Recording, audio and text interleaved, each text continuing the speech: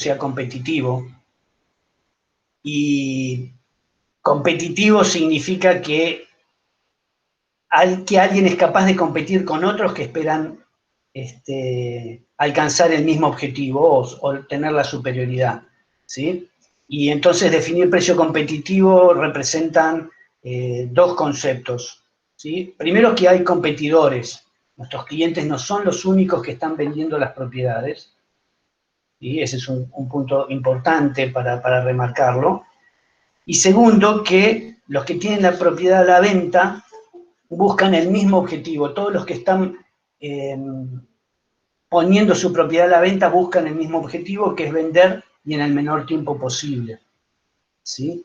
Entonces, la pregunta del millón va a ser: ¿cómo calculamos el precio competitivo?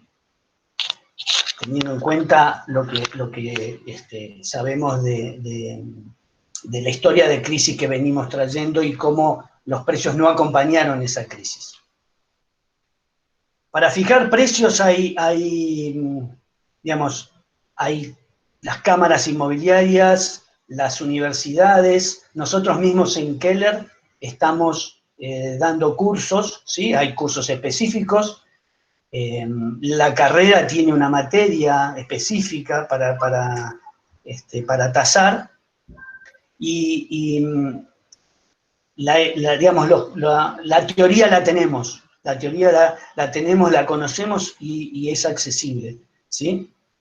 De los métodos más conocidos, el más popular o el más común es el ACM, el análisis comparativo de mercado, y ese método, para si hay alguno que no conoce la terminología o no conoce el método, es el análisis que el precio se determina por la comparación de las características funcionales, de ubicación, de mantenimiento, ¿sí? Que tiene una propiedad, o que tiene la propiedad que estoy fijándole o poniendo precio, versus la competencia de propiedades similares que están publicadas. Este método, en el contexto actual en el que estamos trabajando, en el que estamos viviendo, no es representativo. La verdad es que nosotros hoy no podemos confiar en el resultado de una ACM que hagamos, ¿sí? Porque las propiedades están sobrevaluadas. Muchos avisos, como les dije, que el ACM está basado en comparativos contra publicidades, contra publicaciones de propiedades comparables, similares, y esas propiedades vienen sobrevaluadas. El resultado que yo voy a tener es un resultado que está distorsionado, ¿sí? En el contexto actual que estamos hablando, ¿no es cierto? Entonces, el único escenario donde podríamos utilizar el ACM como herramienta es un escenario en el que los comparables contra los que estemos macheando la propiedad nuestra, sepamos que tienen un precio competitivo versus el precio calculado por el método de reposición, ¿sí? Ese es el método, el método de reposición. Ese es el método que vamos a charlar un ratito en unos slides más adelante, ¿sí? Pero lo que quería comentarles es que hoy en día, en el contexto actual, lo que no podemos hacer, porque de vuelta nos va a entregar resultados distorsionados, es hacer ACM. Lo que tenemos que usar es el método de reposición. Vamos a dejarlo ahora por un minutito este tema, lo retomamos más adelante, ¿sí? Y ahora la idea de lo que yo quiero es mostrar qué argumentos hay para exponer con nuestros clientes de que los precios tienen que bajar, ¿sí? Ya lo había en octubre del 2019, el Mercado Libre ya había hecho una estadística en base a sus propias sus propias publicaciones, sus propios avisos, y ya había determinado, ya había identificado que la tendencia de los precios venía bajando. No a la velocidad de la devaluación, ¿sí? Pero en algún grado ya venían bajando las publicaciones. Digamos, en este año, cuando arrancó el año, después del cambio de gobierno, ¿sí? La situación en ese sentido no cambió. No cambió.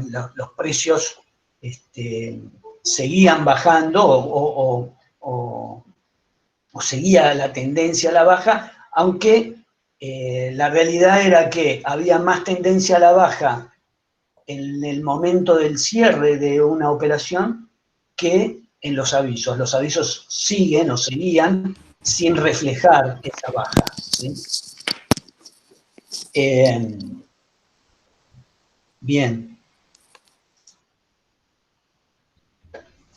Como, digamos, esto refleja también, acá lo que muestra este gráfico, que es una estadística basada en los números del Colegio de Escribanos de Capital Federal. La tendencia venía muy para abajo, si ven acá desde el año mediados del 2017, perdón, ya desde mediados del 2018 ya venía bajando, ¿sí? La cantidad de escrituras, esta curva es la cantidad de escrituras, y eso, no me quiero perder ningún dato de los que tenía preparados para ir comentándoselos, ¿sí? Respecto de los datos de la devaluación que nosotros tuvimos acá en Argentina, si consideramos la devaluación desde las PASO hasta ahora, tendríamos con el dólar oficial una devaluación del 47%, ¿sí? Más adelante vamos a ver que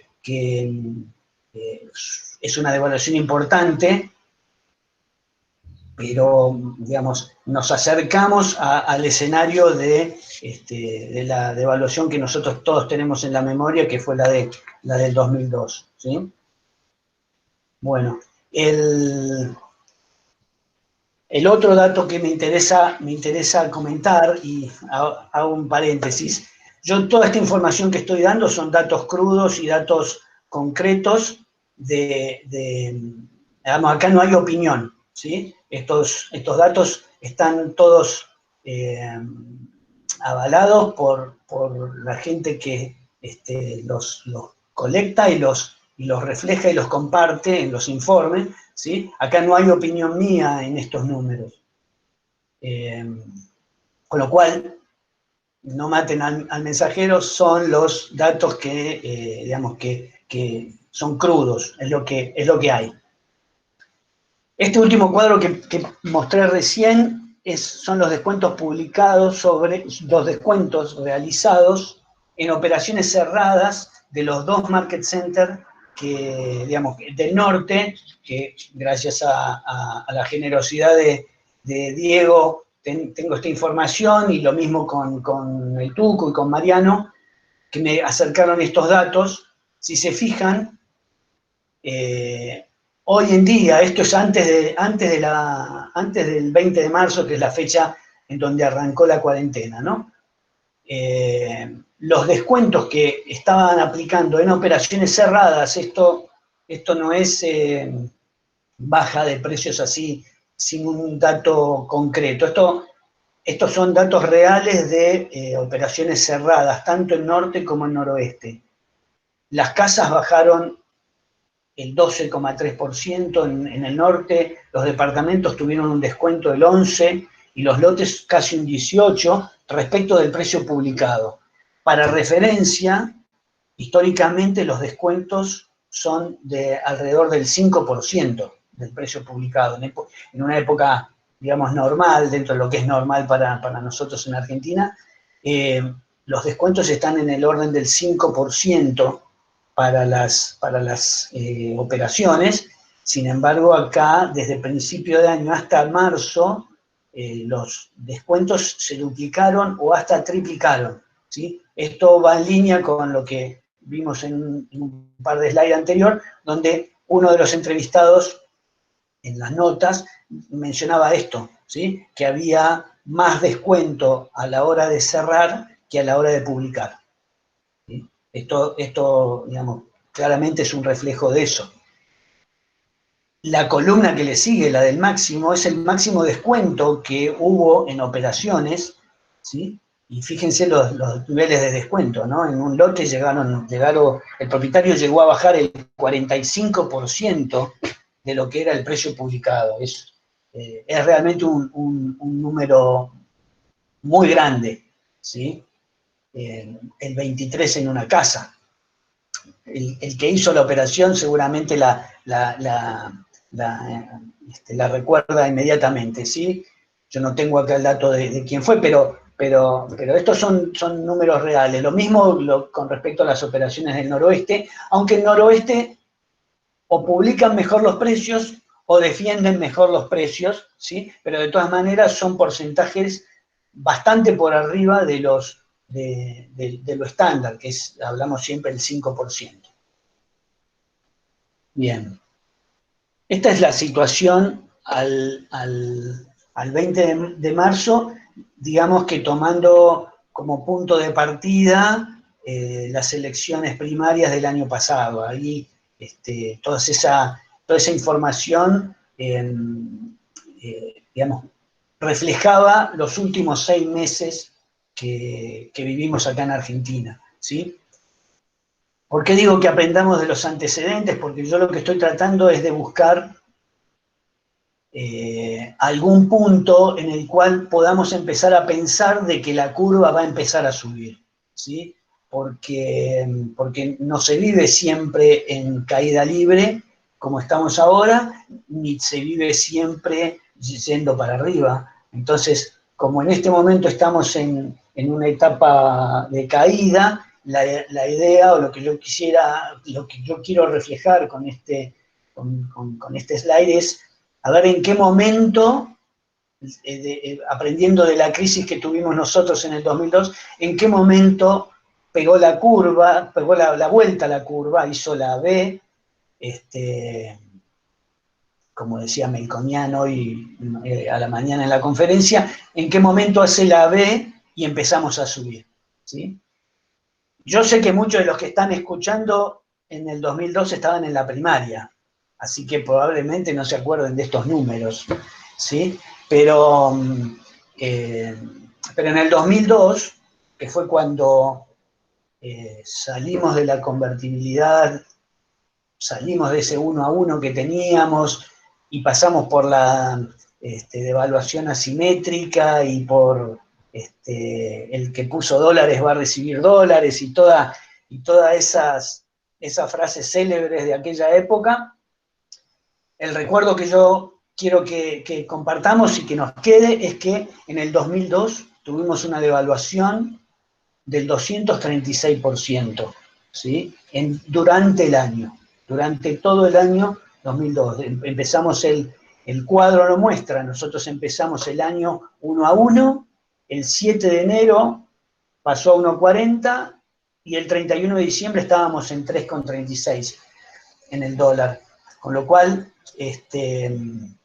fue un año de caída grande, Sin embargo, no todo el año fue con la misma tendencia, ¿sí? Ahora lo comparo contra la situación que nosotros estamos viviendo hoy en el 2020. Si tomamos desde mayo del 2018, que fue, digamos, el inicio de la última crisis o de la crisis actual, fuera de lo que es contexto de pandemia, ¿no? Si tomamos desde mayo del 2018 a abril, estamos hablando de una devaluación del 425%. En mayo del 2018, el dólar valía, a principios de mayo, valía 20 pesos, en una cuestión de una semana, 10 días, pasó a valer 25 y a partir de ahí se descajetó todo, ¿sí? A partir de ahí, no sé qué pasó, nos cayó una bomba atómica y venimos en picada, ¿sí? El piano en la cabeza que hablaba Melconian hoy a la mañana, es la pandemia, es el COVID-19, ¿sí? Pero nosotros ya veníamos bajando. Y la verdad es que el escenario es visto de esta manera y con estos números, que de vuelta son datos, no es una opinión, es un cálculo matemático, eso no se puede discutir, la devaluación es muy superior incluso a la que tuvimos en el 2002.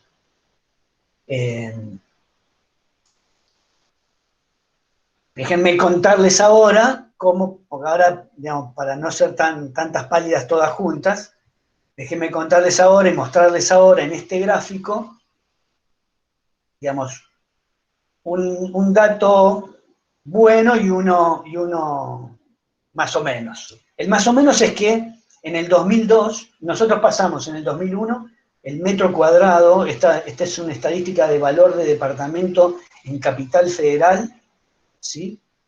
Preparado por la Secretaría de Planeamiento del Gobierno de la Ciudad. ¿Okay? Esta estadística viene de ahí.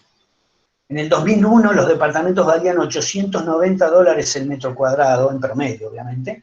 ¿Sí? En el 2002, con la devaluación, los precios cayeron a $505. Eso, si sacan la cuenta, agarran la calculadora con el teléfono, significa que un departamento de 2 ambientes valía $27.000 en el 2002, después de la devaluación y después de la caída. ¿Sí? $27.000. Hoy no vale ni una cochera eso por esa plata. O por lo menos supuestamente no vale una cochera. Esa es la noticia, digamos, la noticia menos alentadora. ¿Cuál es la noticia alentadora? Es que a partir de haber caído en ese primer semestre del 2002, la economía empezó a recuperarse, ¿sí? Y si ven en el cuadro, desde el 2003 hasta el 2000, a ver si lo veo bien, hasta el 2012 inclusive, fueron 10 años de crecimiento continuo en el precio por metro cuadrado de los departamentos, de las propiedades en general. Este es un cuadro hecho basado solamente en departamentos. Con lo cual, una vez que se toca a fondo, naturalmente vienen épocas mejores, vienen épocas positivas, ¿sí? Quedémonos con ese mensaje de que entonces el asunto es ver cuándo llegamos al fondo, porque una vez que lleguemos al fondo, a partir de ahí, todo lo demás es para arriba, ¿sí? Es para arriba, es para mayor movimiento, mayor cantidad de operaciones, ¿sí? Para que todos estemos mejor, ¿ok? Entonces, este es un poco lo que yo quería reflejar con aprender del antecedente del 2002, ¿sí? El asunto es, como les dije recién, poder descubrir en qué momento tocamos fondo para empezar a subir, ¿ok? Voy a plagiar un poco de la charla de Melconian hoy a la mañana, que él decía que claramente el fondo va a ser el segundo trimestre de este año, el que estamos transitando ahora, ¿sí? Porque es el periodo en el que estamos encerrados por la cuarentena. La expectativa es que, bueno, en algún momento de fin de mayo, principios de junio, hasta finales de junio, perdón, empecemos a poder empezar a salir, y bueno, a partir de ahí vendrá de qué manera gestionar la cuestión económica, ¿sí? El gobierno, naturalmente. Pero bueno, la enseñanza del 2002 nos deja eso, que una vez que llegamos al fondo, solo nos queda subir, solo nos queda ir para arriba, y eso es, digamos, va a ser así, va a ser así. El tema es estar preparados. ¿Okay? Bueno, vamos con el que sigue. En cuanto a lo que es la proyección, ¿sí? En cuanto a lo que es la proyección, acá retomo lo que comenté antes, que tenía que ver con, hasta ahora vengo dando datos crudos, ¿sí? Que no se discuten, no se pueden discutir, porque los números son los números. ¿sí? A partir de ahora sí empieza un poco de ejercicio de futurología, y la futurología es 100% opinable, ¿ok?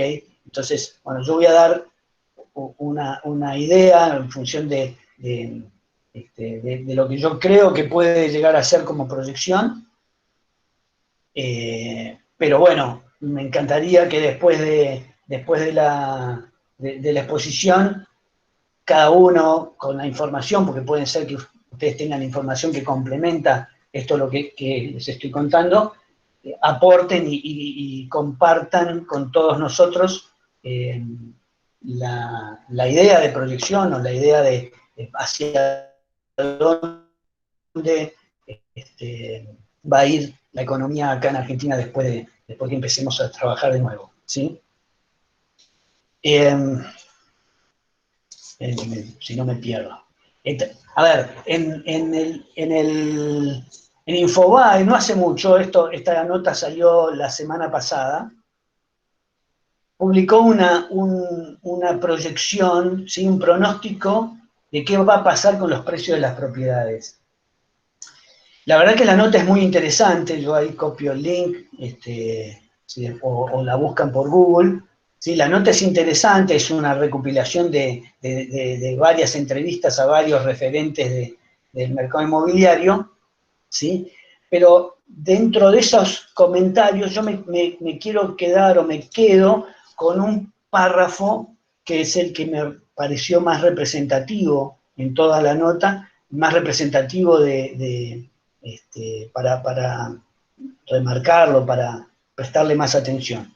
Lo leo textual, dice: señaló que mientras un propietario puede decidir no vender, el desarrollador puede resignar una ganancia extraordinaria para colocar estos metros en el mercado. Una vez que los desarrollos de pozo nuevos encuentren otro precio de equilibrio inferior, todo el mercado acompañará, y el que no lo haga quedará afuera, anticipó. La verdad es que, digamos, del entendimiento de este párrafo surgen dos cosas, surgen dos conceptos, dos ideas, ¿sí?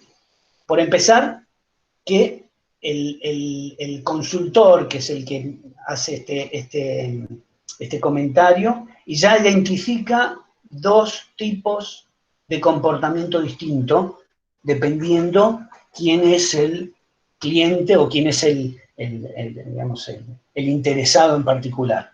Distingue claramente el cliente final, el propietario individual, del desarrollador. Son dos universos completamente distintos, con objetivos distintos e intereses distintos, aunque la materia que los une sean las propiedades, ¿sí? Son dos personas distintas que van a comportarse de manera distinta. El otro concepto digamos, que me parece bueno remarcarlo es esto de que van a ser los desarrolladores con los productos nuevos los que tironeen el precio hacia abajo. Los precios van a bajar porque los desarrolladores, a partir del costo de reposición, y ahora retomo lo que comenté hace un ratito, a partir del costo de reposición van a poder tironear el precio para abajo, y eso va a ser como dice el consultor. Dice, el mercado va a acompañar, necesariamente va a acompañar esa baja en el precio, y el que no lo haga se va a quedar afuera. Se va a quedar afuera. Quedarse afuera, en el caso de un propietario, es no va a vender. No va a vender. Podrá prenderle velas a todos los santos que quiera, pero si no acompaña con el precio, no va a vender. Y esto, digamos, lo tenemos que tener presente cuando hablamos con los propietarios, para tratar de argumentar y presentarle cuál es el panorama, ¿sí? Hay muchos, digamos, los clientes nuestros todos viven acá en Argentina, todos conocen la realidad, no hace falta que le digamos cuánto vale el dólar, pero sí hace falta que de pronto le contemos este tipo de conceptos, ¿sí? Porque ellos están en otro negocio, no están en el negocio inmobiliario como nosotros, ¿sí? Entonces, es importante que nosotros les volquemos estos conceptos en las charlas, tratando de hacerlos ver y de entender cómo es el contexto y por qué los precios bajan.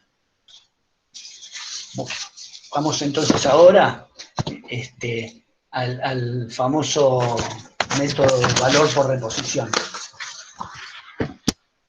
Bueno, el valor de reposición es evaluar un producto no por lo que costó producirlo o adquirirlo, sino por lo que cuesta reponerlo. Es una visión distinta, ¿sí?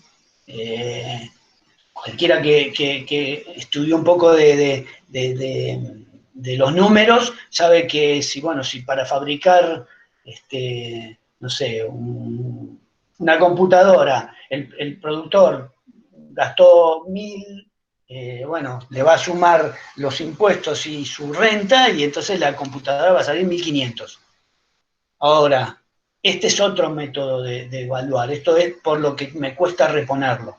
En un contexto de inflación, esta es la explicación de por qué en un contexto de inflación muchos comercios cierran, ¿sí? O cada vez ganan menos, porque lo venden al costo que lo compraron, no al costo que lo tienen que reponer, ¿sí? Los que son comerciantes vivos no hace falta ni que se los expliquen, solo se dan cuenta de esto, pero hay muchos que se duermen en un contexto de inflación, ¿no? Hay muchos que se duermen y se descapitalizan, pierden stock o directamente quiebran, cierran, ¿sí? Bueno, en el caso de las propiedades, en un contexto de devaluación como en el que estamos, ¿sí? El valor de reposición se ve claramente en que los precios de la materia prima de fabricar un departamento, de fabricar una casa, los precios de la materia prima bajan y bajan fuerte, ¿sí? En un contexto de evaluación grande como el que estamos nosotros, los costos de la tierra, de la mano de obra y de los materiales bajan fuerte, ¿sí? Sobre todo porque hay mucho material que es componente importado, ¿sí? Etcétera, etcétera. Entonces, para tener una referencia, ese cuadro que están viendo ustedes en la pantalla, ¿sí? Es un cuadro que es un informe que arma el portal Reporte Inmobiliario con el estudio, la evaluación del costo de construir una casa, ¿sí? No vamos a entrar a analizar cómo determinan ese valor, simplemente quedémonos con estos datos, que es que a febrero, el último informe que tienen publicado es a fines de febrero, principios de marzo, el informe, a febrero, con un dólar de 77,75, y yo estaba entreteniéndome antes de la charla, y estaban diciendo que el dólar estaba en 120, creo que el dólar blue estaba en 120, y yo, ayer haciendo las cuentas, ayer o antes de ayer, no me acuerdo, lo tomé acá, ven, a 105. Bueno, nada, a 105 el metro cuadrado hoy está en 837 dólares. Y permítanme aclararles algo porque todos los que estamos acá en Argentina podemos usar esta información para justamente hacer el cálculo del valor de reposición de una casa. 837 dólares, tengamos en cuenta que es para una casa de terminaciones muy buenas, muy buenas. Es lo que ellos llaman vivienda costo country, ¿sí? Una casa tipo country, así es como la clasifican, la determinan, porque después hay otro informe que hacen sobre viviendas económicas, que obviamente el precio es mucho menor. Pero de vuelta, si van a usar esto, tengan en cuenta las calidades, ¿sí? Y tengan en cuenta un detalle no menor. El precio es este precio bueno, que estaba calculado en $1.130, que al valor del dólar de hoy es $837. Esto es contando como si yo quisiera construirme una casa, yo como cliente final, ¿sí? Yo tengo que contratar a un arquitecto, tengo que pagar todos los costos, están considerados todos los costos, desde el movimiento de suelos hasta inclusive el 10,5 de IVA, ¿sí? Hago esta aclaración porque un constructor tiene un costo inclusive mucho menor a este para construir, ¿sí? En el informe, uno lo analiza, en el informe del costo, casi $66.000 corresponden a costo indirecto que tiene el constructor, con lo cual, en realidad el costo directo es mucho menor. Pero bueno, vamos a ver una aplicación concreta y real de lo que representa el valor de reposición de una propiedad. Yo agarré una propiedad cualquiera, ¿sí? En este caso es una casa a estrenar de 255 metros cuadrados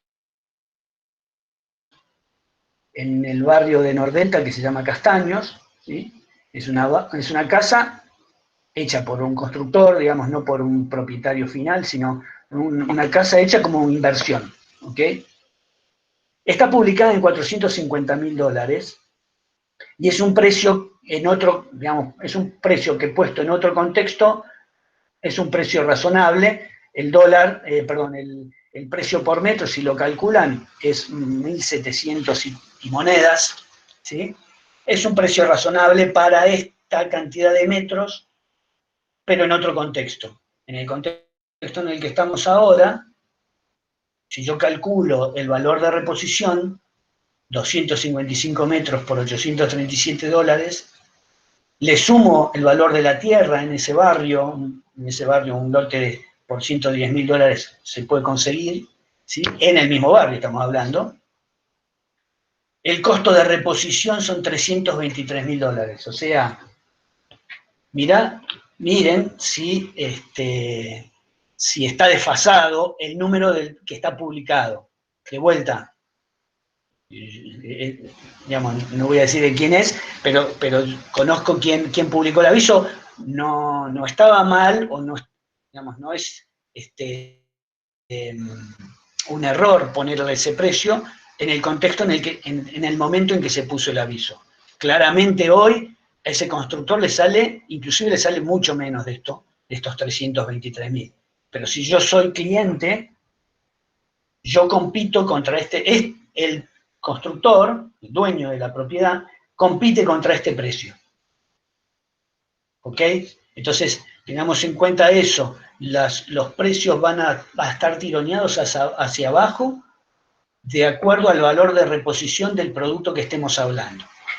Yo acá agarré, para mostrarlo y para ejemplificar y que sea, digamos, más didáctico, una casa, porque en 2 minutos pudimos ver todos que el valor, cómo se calcula el valor de reposición y todos los conceptos que estuvimos comentando. Pero lo mismo aplica tanto para los edificios como para las viviendas más económicas. Reporte Inmobiliario también arma un informe respecto de cuánto sale construir un edificio. Nadie, o sea, muy poco de nosotros alguna vez tuvo que tasar un edificio, así que no es el ejercicio tasar el edificio, pero sí para que vean los niveles a los que, los niveles de costo que tiene un desarrollador de edificio, y esto habría que compararlo, por ejemplo, acá lo ven, el costo de la construcción en dólar marginal, o sea, el dólar blue, a marzo al mes pasado eran $500. Si estamos hablando de que un departamento en Palermo tiene una incidencia de $1.000 el metro, la tierra, quiero decir, ese constructor construye un edificio y lo construye a 1.500 el metro. Hoy en Palermo los departamentos nuevos están en 3.700, 4.000, 3.500, ¿ok? Así que miren si están desfasados. Está bien, yo estoy comparando contra 1.500, en realidad los metros vendibles son 680. Estaríamos hablando de $1.680 el costo de reposición, ¿sí?, de ese producto.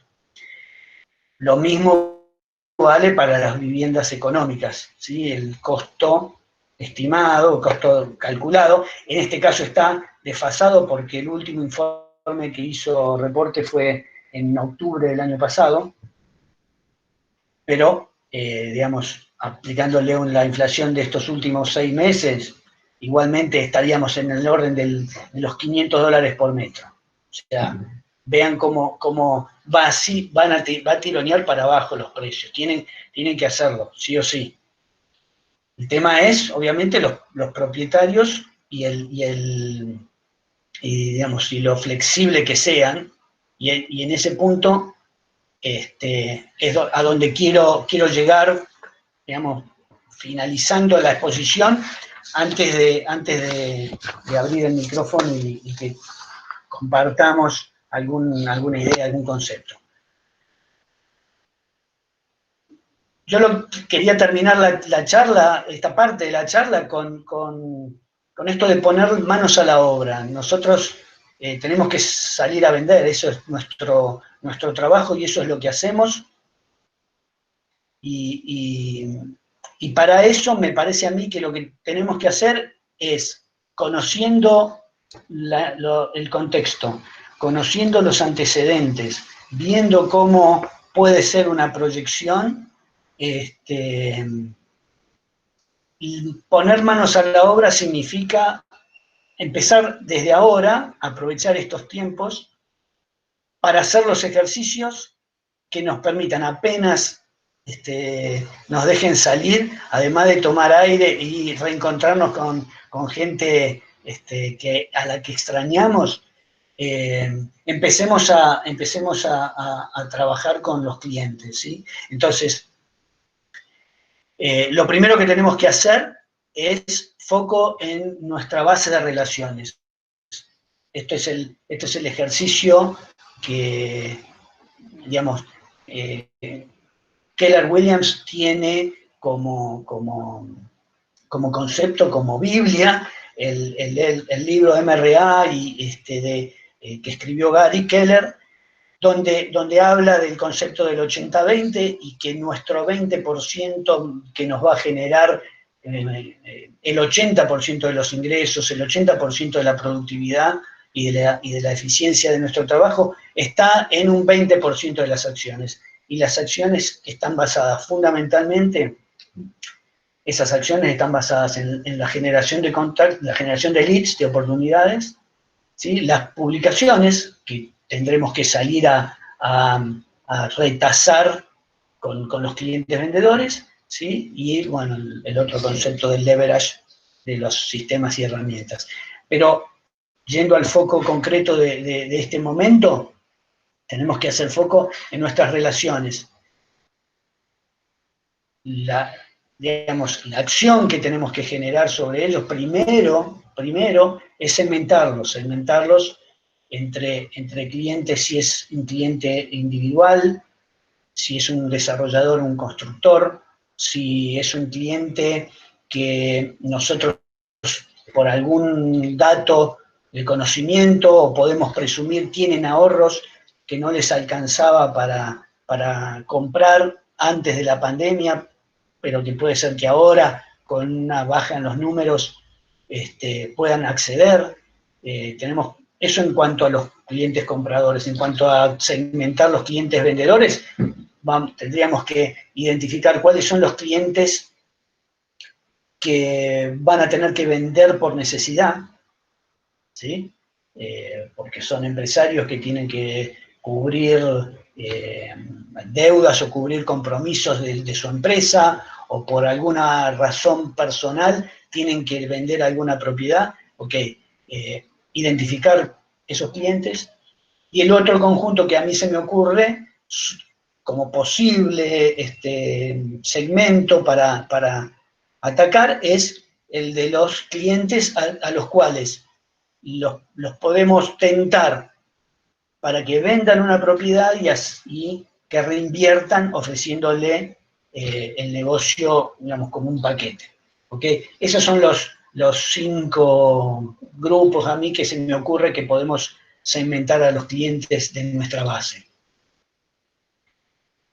El siguiente paso es preparar argumentos para cada segmento, para cada grupo target que tengamos, ¿sí?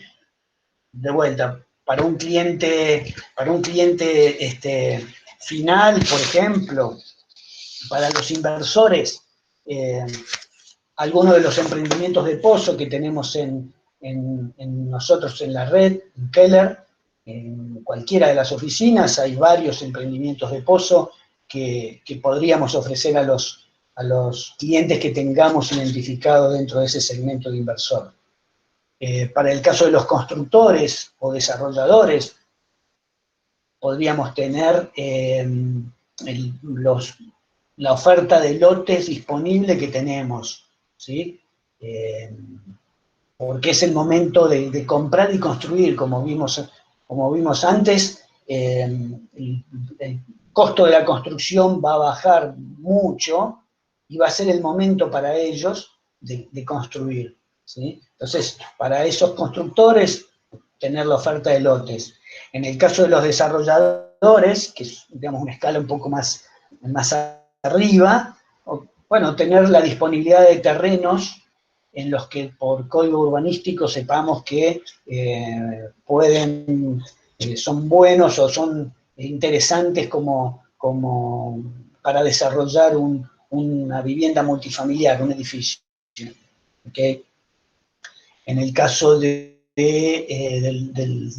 segmento para los que pueden vender una propiedad para tentarlos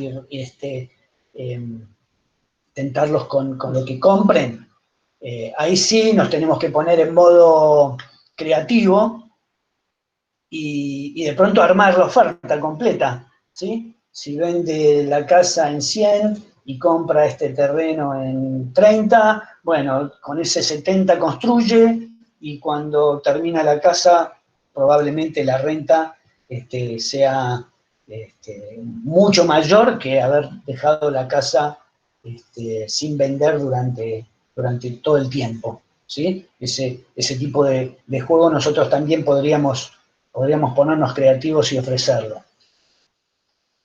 La siguiente tarea, teniendo todo esto, habiendo segmentado, habiendo preparado los argumentos, teniendo la lista de emprendimientos para ofrecer, etcétera, etcétera, lo que tenemos que hacer es llamar a los clientes, ¿sí? En principio, y digamos, como primer approach en la llamada, obviamente, una llamada que en esta época tiene que ir más inicialmente por el lado humano y el lado personal y familiar para ver cómo están y cómo le están llevando, ¿sí? Y en esa llamada o en una posterior, sí, digamos, empezar con alguna acción proactiva para la venta, para el momento en que, listo, nos dejen salir de acá. Por último, lo último que no podemos dejar de hacer, y es parte de la metodología, es pedir referidos, ¿sí? Porque también es cierto que muchos de los llamados que nosotros hagamos, por ahí no tenemos una respuesta positiva, porque la gente no todas las llamadas van a ser así de efectivas, pero no hay una buena terminación de llamada comercial si no termina pidiendo un referido, con lo cual no dejemos de tenerlo presente. Bueno, esto era un poco la idea de la charla que me propuso generosamente el Tucu. Yo lo que les quiero pasar ahora es a la etapa de comentarios, preguntas, alguna idea. Jorgito, Dale. gracias, sos un crack, gracias. Ahora que pregunten por el chat o si alguno quiere abrir el micrófono y hablar, no hay ningún problema. Yo igual si me voy es porque tengo una reunión 4:30, pero ustedes pueden seguir contestando preguntas. ¿Mm? Dale, genial, genial. Yo el chat, a ver, lo veo por acá. Sí, ahí lo tenés al costado. Igual si no, que abran el micrófono y que pregunten. Acá, a ver, acá veo una pregunta. Sí, que dice un grande. ¿El costo de reposición es entonces el costo de construcción más el terreno? Sí, Nati, sí. El costo de reposición